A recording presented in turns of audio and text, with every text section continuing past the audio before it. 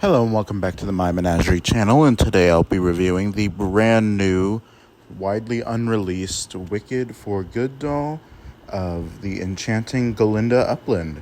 These dolls, assumingly by mistake, were uploaded to Barnes & Noble's early for $49.99 and are now sold out. And these are the second wave of deluxe Wicked dolls for the Wicked movie. The first wave was widely criticized for their quality or lack thereof for the collector label and the collector price point. And I think I'm going to have the same issues that I had with last year's dolls with this year's dolls as well. So let's take a look at these box details before I open it up and show you guys what the doll has inside. On the side here we have a silhouette of Glinda, and on the back it says, "Enchanting Glinda Upland, thank Oz for good news, Glinda, the best witch of all." What an interesting way of saying that.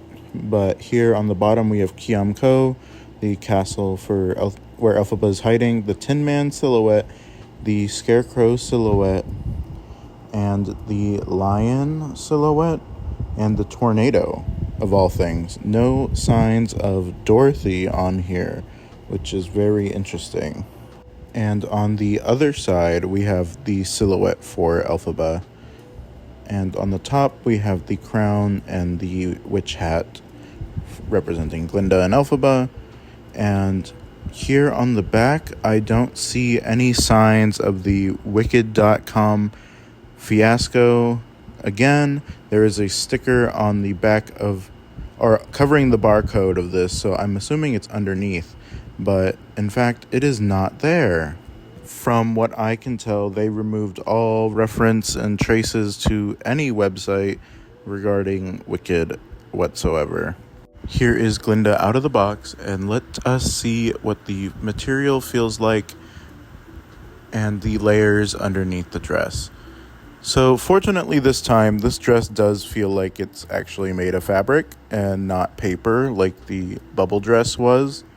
And they fortunately included more than one layer on the dress. Here in the back, there was this package with the stand that is inside. I'm not sure why they put the stand in paper, why it couldn't just have been in the box like normal. It's a very interesting decision, but here is the silver Wicked stand with this thigh-high stand, I guess. It's not a saddle stand. Been doing this type of stand for like all the Disney dolls as well, and I was wrong about the layers of the dress. There are actually 3 layers. I'm going to put a few more layers of stuff underneath, like a petticoat. Here she is with a few more layers underneath the dress, and she's looking a lot more voluminous, and the dress itself is keeping its shape a little bit better. Let's look underneath and see what type of petticoat. I put a layer of tulle down and a petticoat from a 90s Disney store doll. I believe it was Cinderella, who donated it, but as you can see, the dress is keeping its shape a lot better now.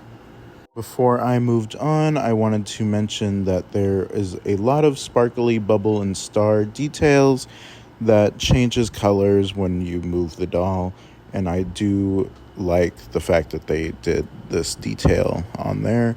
The butterfly dress print on the top of it itself is kind of ugly, in my opinion. It looks very pixelated, and the same effect that's on the bottom of the dress is on the top part as well, and it just looks very cluttered.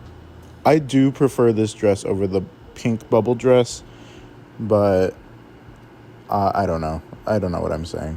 There's ruffles on the sides of the dress that give that like super frilly look to it. Not sure if those are supposed to be butterfly wings. This earring is very interesting. It's reminiscent of the wand, or like a shooting star, I guess.